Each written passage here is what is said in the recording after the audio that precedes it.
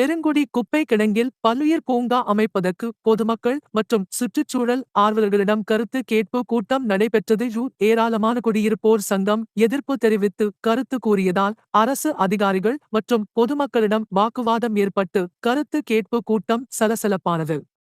தென்சென்னை பகுதியில் இயற்கை வடிகாலாக கருதப்படும் பள்ளிக்கரணை சதுப்பு நிலத்தில் 225 ஏக்கர் பரப்பளவில் பெருங்குடி குப்பை கிடங்கு அமைந்துள்ளது.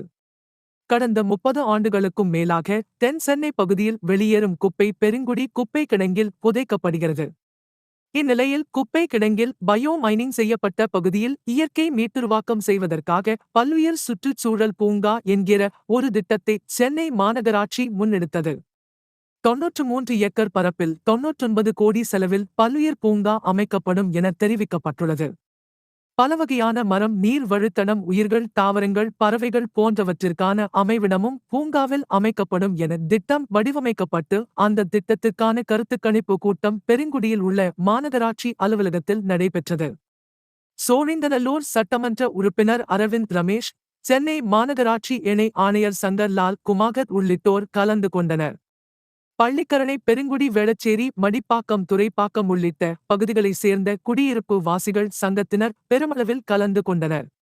கருத்து கேட்டு கூட்டத்தில் பெரும்பாலான மக்கள் குப்பை கிடங்கில் பல்லுயிர் பூங்கா அமைக்கக்கூடாது என கூச்சல் எழுப்பினர். குறிப்பாக ராம்சார் அங்கீகாரம் பெற்றுள்ள பள்ளிக்கரணை சதுப்பு நிலத்தில் இதுபோன்று சிமெண்ட் தளங்களினால் ஆன பூங்காக்கள் வருவதற்கு அனுமதிக்க முடியாது.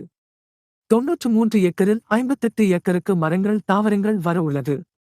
அதேபோன்று 23 ஏக்கருக்கு நீர்நிலைகளும் 11 ஏக்கரில் கட்டடங்களும் அமைய உள்ளது. வள்ளியூர் பூங்கா என்கிற பெயரில் சதுப்பு நிலத்தில் கட்டுமானங்கள் எழுப்புவதை பொறுத்து கொள்ள முடியாது என கூறி பெரும்பாலான மக்கள் எதிர்ப்பு தெரிவித்துள்ளனர். மேலும் தென் சென்னையில் வருடம் தோறும் வெள்ளப்பெருக்கு ஏற்படுவதற்கு இதுபோன்று சதுப்பு நில ஆக்கிரமிப்புகள்தான் முக்கிய காரணம் என குடியிருப்போர் சங்கத்தினர் தெரிவித்தனர். கருத்து தெரிவித்ததில் பெரும்பாலானவர்கள் பல்லுயிர் பூங்கா அமைப்பதற்கு எதிர்ப்பு தெரிவித்த நிலையில் மக்களின் கருத்துக்கள் அடிப்படையில் திட்டம் நிறைவேற்றப்படும் என சோழிங்கநல்லூர் சட்டமன்ற உறுப்பினர் அரவிந்த் ரமேஷ் தெரிவித்துள்ளார். பள்ளிக்கரணை சதுப்பு நிலா பூங்கா என 2.5 பரப்பில் ஏற்கனவே அமைந்திருக்கும் நிலையில் அதே இடத்தில் 93 ஏக்கரில் மீண்டும் ஒரு பூங்கா அமைக்க வேண்டுமா என பலரும் கேள்வி எழுப்புகின்றனர்.